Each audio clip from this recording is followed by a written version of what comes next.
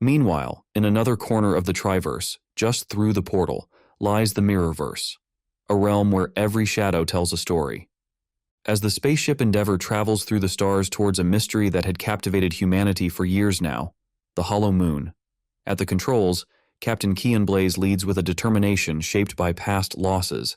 He stares into the darkness, his emotions a turbulent undercurrent to his calm exterior. Next to him, Atlas Zen, the chief scientist, is engrossed in her datapad, tapping rapidly as she ponders the secrets hidden by the moon. The answers we seek, she says thoughtfully, are within that mysterious sphere. Meanwhile, the crew's living area is filled with quiet anticipation. Engineer Milo Rin checks the ship's systems for any issues that might arise from the moon's unique challenges, his tools making gentle sounds in the stillness. Biologist Tara Quinn examines samples under her microscope, envisioning the strange new worlds they might reveal. Pilot Jax Harrow steers the ship with a confident hand, and communications specialist Nova Lyle adjusts their gear, keeping their connection to Earth clear and strong. As the spaceship Endeavour speeds through space, the crew's light-hearted chatter offers a brief escape from the enormity of their task. Imagine if we encounter aliens. Do you think they'll be friendly? Jokes Harrow, looking around the mess hall with a smile. Rin, his eyes glued to his tablet, responds with his characteristic dry humor. I'm more concerned about our landing. Given the moon's now active defenses, it's going to be like threading a needle in a hurricane, while blindfolded. As the moon grows larger in their viewport, the Endeavour nears the anomaly, a mysterious sphere that has baffled scientists for the past few years, its empty core beckoning the daring and the inquisitive. Captain Blaze's voice pierces the silence, firm and resolute. This is it, team. The point of no return. Whatever secrets that silence holds, we'll face them together, for Earth and for the future. His crew nods in agreement, ready to confront whatever lies ahead as one. Zen, her eyes sparkling with the thrill of discovery, addresses her crewmates with conviction. What we're about to do, venturing into the unknown, represents the peak of human bravery and curiosity. Remember, no matter what we encounter, it's our solidarity and determination that will define us. As the Endeavour begins its descent, casting its shadow across the moon's surface, the hidden defenses of the moon spring to life, targeting the intruding spaceship. The vessel trembles from the sudden onslaught, with alarms sounding urgently. "Brace for impact," commands Captain Blaze. Rin's fingers raced across the control panel, launching countermeasures in a frantic effort to protect the ship from the moon's aggressive response. Beside him, Harrow navigates with expert precision, his maneuvers as fluid and risky as if he were dancing with danger itself. Meanwhile, Quinn, caught between fear and awe, observes as the enigmatic secrets of the moon start to reveal themselves, transforming the once unremarkable celestial body into a world of alien wonders. The Endeavour withstands numerous hits from the moon's defenses, before it finally crashes down onto the lunar surface, coming to a jarring stop that ends their journey through space and starts their exploration into the unknown. In the profound silence that follows, the crew realizes they have landed. Despite the odds, the fact that they are still in one piece is a testament to the Endeavour's robust overbuild design thanks to Nova Heavy Industries building a flying tank of a spaceship. Heavy was built into its core DNA. The spacecraft lies on the moon's surface, its sleek hull now scarred from the battle and harsh descent. The crash site, marked by their formidable arrival, is eerily quiet except for the settling dust and a persistent mechanical hum in the background. Captain Blaze is the first to collect himself, his leadership crucial in this moment of uncertainty. "Report," he demands, his voice piercing the stillness. One by one, the crew members confirm their status. Zen, her eyes already scanning the moon's surface, eager for the secrets it holds, responds with resilient optimism. Systems down, but curiosity intact. Rin, scrutinizing the damaged ship, manages a wry smile despite the circumstances. "We're not going anywhere, but she held on and got us here safely," he comments, appreciating the ship's resilience in getting them to their destination.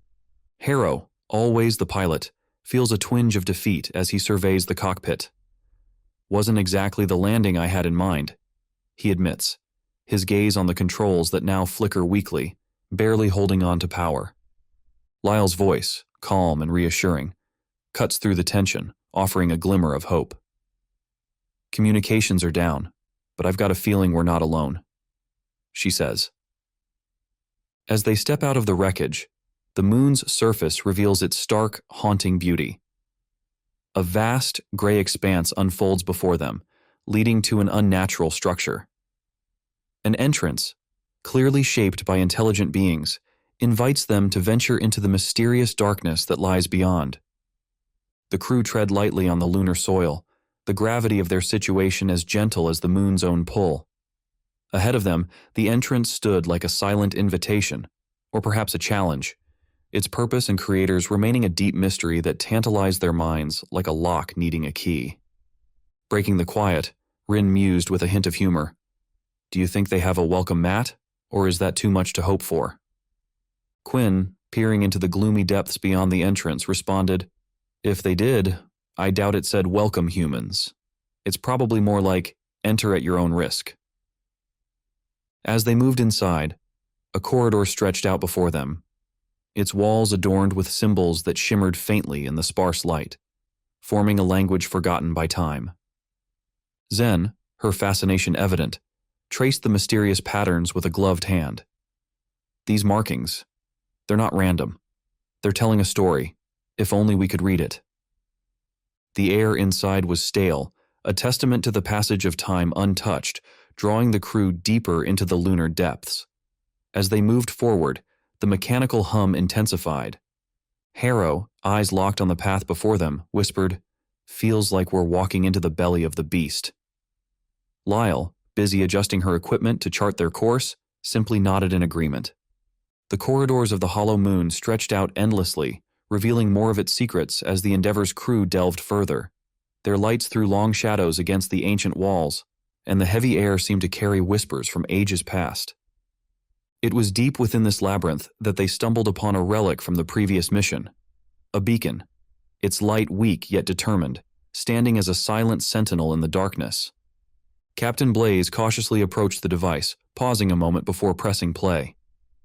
The chamber was suddenly filled with a crackle of static, followed by a voice, strained and distant. "Day 15. We were wrong. This place isn't what we thought. It's not a base. It's a listening post. And there is something with us in here." The recording sent chills through the crew, creating a haunting connection with those who had come before them. Zen, her mind buzzing with the implications, said, "They knew something we don't. We need to find out what." As the team ventured further, signs of the previous crew became more frequent. They found a journal with pages full of frantic scribbles, broken tools, a photograph of faces smiling with optimism, oblivious to their impending fate. Each item served as a breadcrumb, guiding them deeper into the corridors and deeper into the history of those who had once sought to unravel the moon's enigmas. Quinn, holding the photograph, murmured reflectively, "They look like us, full of hope and curiosity. It's chilling." Rin, examining the broken tools, added, "They were trying to survive, to adapt." The corridor led them into a vast, echoing chamber, its heart occupied by a terminal that emitted a faint glow. Lyle approached, her fingers expertly navigating the alien interface, coaxing it back to life. The screen flickered hesitantly before displaying a series of images, a visual log, disjointed and haunting. The crew watched in silence as the log showed the previous crew members, alive and exploring, then suddenly struggling against unseen adversaries. Initial scenes of camaraderie and discovery abruptly shifted to moments of desperation, revealing a hostile environment as the moon disclosed its darker secrets.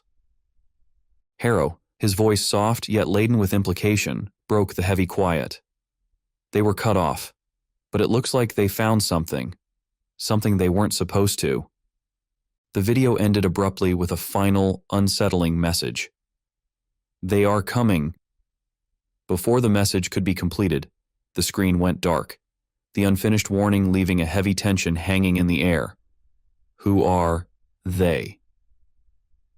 Captain Blaze turned to face his crew, his expression resolute. "We need to find out what they discovered," he declared. "It's about finishing what they started." As the crew left the chamber, a heavy air of solemnity enveloped them, the ghosts of past explorers serving as silent witnesses to their expedition. Trying to break the weighty silence, Rin offered a quip. Well, on the bright side, we've got great company. With a tentative smile, Quinn replied, let's just hope we don't end up permanent residents. Venturing further into the depths of the alien structure, the Endeavor team unknowingly triggered the awakening of ancient machinery. Long dormant devices hummed to life around them. The very walls seemed to throb with a revitalized purpose. Captain Blaze sensed the subtle change in the environment, feeling the air thrum with electric tension. Stay sharp, he cautioned, his voice resonating against the cold metallic surfaces. It wasn't long before they encountered the mechanoids for the very first time. These automaton defenders, a terrifying mix of robots with humanoid traits, emerged from concealed niches. Their purpose was clear: to hunt and eliminate intruders. The crew's initial clash with these sentinels was a desperate flurry of evasion and defense, with Zen and Quinn hastily converting their scientific tools into makeshift weapons to repel the onslaught. Maybe we should have brought weapons, Zen remarked, her voice calm as she adjusted her makeshift plasma cutter, repurposing a piece of exploration equipment into a necessary weapon. Captain Blaze, concern etching his features, reflected on their initial approach. We came in peace, thinking that if we didn't bring weapons, everything would be fine. He now saw the flaw in that optimism.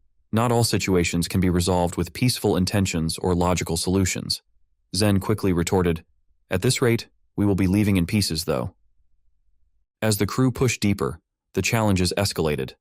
The mechanoids became more numerous, and the traps more cunning. They narrowly avoided a corridor lined with laser emitters, the beams cutting through the air just inches from their bodies. Lyle, revealing a surprising knack for tactical thinking, used a polished piece of mechanoid metal to mirror the beams, creating a temporary safe path.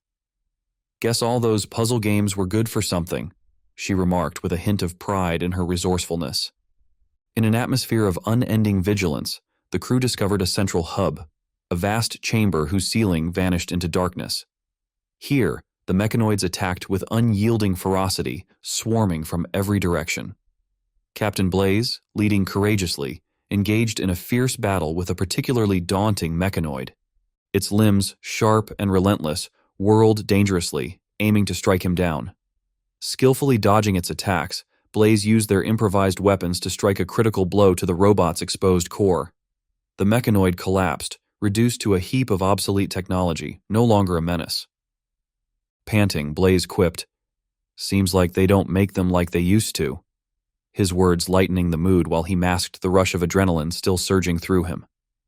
Indeed, it appeared that fortune was with them, as the ancient technology's long exposure to the lunar conditions had caused it to degrade, inadvertently giving the crew an edge in their precarious situation. The question was, how long had they been there inside the moon? Dormant, and for what reason? The chamber fell silent, revealing its purpose through holographic displays that activated as the crew approached. The holograms showcased images of the moon, Earth, and the vast cosmos, silently reflecting the grand ambitions of a long-forgotten civilization. Amidst the remnants of ancient defenses and echoes of a bygone race, the crew discovered their next clue, a star map pointing to unknown locations, each marked with familiar symbols. Rin, intrigued, leaned closer to the display and remarked, "Looks like we've got ourselves a treasure map. Just hope X marks the spot for something good." Quinn, cautious and thoughtful, quickly tempered the excitement. "Or it's a map to more of these traps and mechanoids. Let's not get ahead of ourselves." With renewed determination, the crew of the Endeavor continued their journey through the shadowed corridors of the moon's core, where the air vibrated with the hum of ancient secrets. It was in one such dimly lit corridor, illuminated only by the soft glow of bioluminescent panels, that they stumbled upon a chamber unlike any before, a room pulsating with strange energy, dominated by a crystalline structure emitting an eerie light. Lyle, driven by her fearless curiosity, stepped forward towards the glowing crystal structure, her hand reaching out in wonder. "Looks like we found the power source," she said, her voice filled with awe. However, the moment her fingers grazed the crystal's surface, a powerful surge of energy rippled through her, eliciting a scream that cut through bone as she was engulfed in blinding light. Her crewmates rushed to her aid, But the scene that unfolded was beyond their deepest fears. Lyle's body began to contort, her screams turning into unearthly cries as the crystal's energy intertwined with her very being, transforming her into a fusion of human and alien technology. A being more than just a cyborg, her eyes now shining with that same eerie light as the mechanoids they had encountered. Captain Blaze, weighed down by the responsibility of his role, cautiously reached out to the transformed Lyle, desperate to find a remnant of the friend they knew. "Lyle, can you hear me?" he called out, his voice firm yet carrying an undercurrent of the distress he felt. The entity that now faced Captain Blaze was simultaneously the Lyle they knew, and something entirely alien. Her voice, a complex array of harmonics, filled the chamber. "I am here, but not. I see everything. The moon, its purpose. We humans are not prepared for what is to come." Zen, grappling with the shock and implications, whispered, "She's become a conduit, a link between us and the moon's secrets. But at what cost?" Rin, his eyes never leaving Lyle's altered form, voiced his caution. "We need to be careful. The moon's not just a place. It's a test, one we might not be meant to cross." Quinn, her scientific mind wrestling with her concern for her colleague, offered a hopeful perspective. "If we can communicate with her, understand the changes, there might be a way to reverse it, or at least learn from it." Lyle, transformed into a mechanoid, now a cyborg-like entity, served as both a bridge to the moon's secrets and a reminder of the risks involved in their exploration. As the crew pressed on, with the altered Lyle silently accompanying them, they were constantly aware of the implications of their deep space mission. The moon, with its myriad traps and relentless guardians, posed a formidable challenge, but an even greater task was grappling with the ethical and existential costs of their insatiable curiosity. As they navigated through the alien corridors, Rin, ever the one to try and ease tensions, looked towards the entity Lyle had become and attempted a light-hearted comment. "Guess you're our secret weapon now," he said, hoping to inject some humor into the heavy atmosphere. In response, the cyborg form of Lyle offered a faint smile, a glimmer of her former humanity shining through the mechanical facade, reminding them all of the personal stakes entwined in their cosmic venture. The entity that Lyle had become moved silently among them. Her transformed state, which had initially unsettled the crew, became a crucial touchstone. Her unwavering dedication to the mission now served as a lifeline. Channeling the same resolve that a future leader like Commander Atlas Vale would have shown, Atlas Zen rallied her crew with a call to resilience that hinted at their deep, shared lineage they would bear against the mechanoids. "We can't let it break us," she declared, her voice cutting through the fog of fear that had enveloped them. "We have to hold on to what we know is true." Her words served as a beacon, grounding them and reminding them of their strength and purpose amidst the uncertainty.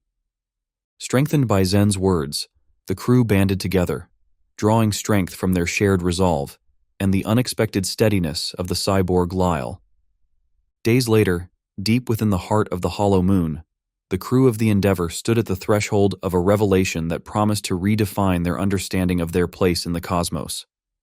The journey that had brought them here, fraught with traps, mechanoids, and transformations, now culminated in a chamber so vast it seemed to contain the universe itself, preparing them to face whatever profound truths lay waiting. And with that, we draw the curtain on Part 1 of the Triverse story of the Hollow Moon. Stay tuned for Part 2 next week, the conclusion, where our journey into the unknown continues. See you there. If you've stuck with me up to this point, a heartfelt thank you. I'd also like to take a moment to remind you that my entire channel is dedicated to the Triverse and its enthralling mechanoid saga.